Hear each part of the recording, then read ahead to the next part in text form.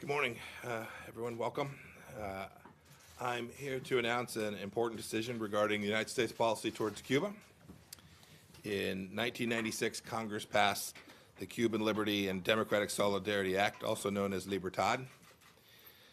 Under Title III of that act, the United States citizens who had their property confiscated by the Castro regime were given the right to file suit against those who traffic in such properties. But those citizens' opportunities for justice have been put out of reach for more than 2 decades. For now more than 22 years, every president, every Secretary of State has suspended Title III in the hope that doing so would put more pressure on the Cuban regime to transition to democracy. But just as we did in regard to moving our embassy to Jerusalem, the true capital of Israel, or designating the Islamic Revolutionary Guard Corps for what it is, a terrorist organization, the Trump administration recognizes reality. We see clearly that the regime's repression of its own people and its unrepentant exportation of tyranny in the region has only gotten worse because dictators perceive appeasement as weakness, not strength. President Obama's administration game of footsie with the Castro's junta did not deter the regime from continuing to harass and oppress the heroic ladies in white, a group of women dedicated to peacefully protesting the regime's human rights abuses. More broadly, the regime continues to deprive its own people of the fundamental freedoms of speech, press, assembly, and association. Indeed, according to NGO reports, Cuban thugs made more than 2,800 arbitrary arrests in 2018 alone. In the run-up to the country's recent sham constitutional referendum, one that enshrined the Communist Party as the only legal political party in Cuba, the regime harassed, beat, and detained leaders and activists, opposition leaders and activists. 310 people were arbitrarily detained, according to the Cuban Commission on Human Rights and National Reconciliation. Cuba's behavior in the Western Hemisphere undermines the security and stability of countries throughout the region, which directly threatens United States national security interests. The Cuban regime has for years exported its tactics of intimidation, repression, and violence.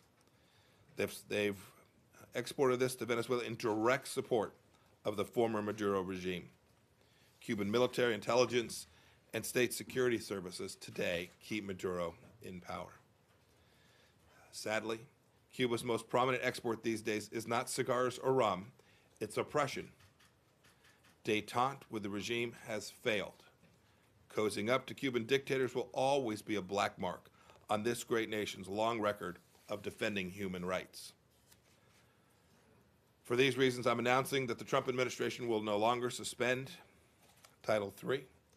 Effective May 2nd, the right to bring an action under Title III of the Libertad Act will be implemented in full. I have already informed Congress of my decision. Implementing Title III in full means a chance at justice for Cuban Americans who have long sought relief for Fidel Castro and his lackeys seizing property without compensation. For the first time, claimants were able to bring lawsuits against persons trafficking in property that was confiscated by the Cuban regime. Any person or company doing business in Cuba should heed this announcement.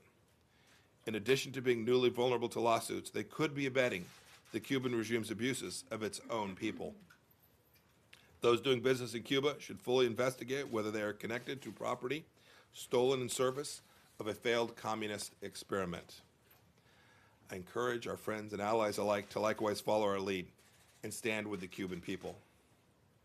As I said throughout my trip to South America this last week, the Trump administration is committed to helping grow the wave of democracy, good governments, and openness, which is steadily building throughout the entire Western Hemisphere. On my trip last week, I saw these positive changes firsthand and told our friends and allies that we're with them. We're on the side of what's right and what is just. Today, we are holding the Cuban government accountable for seizing American assets.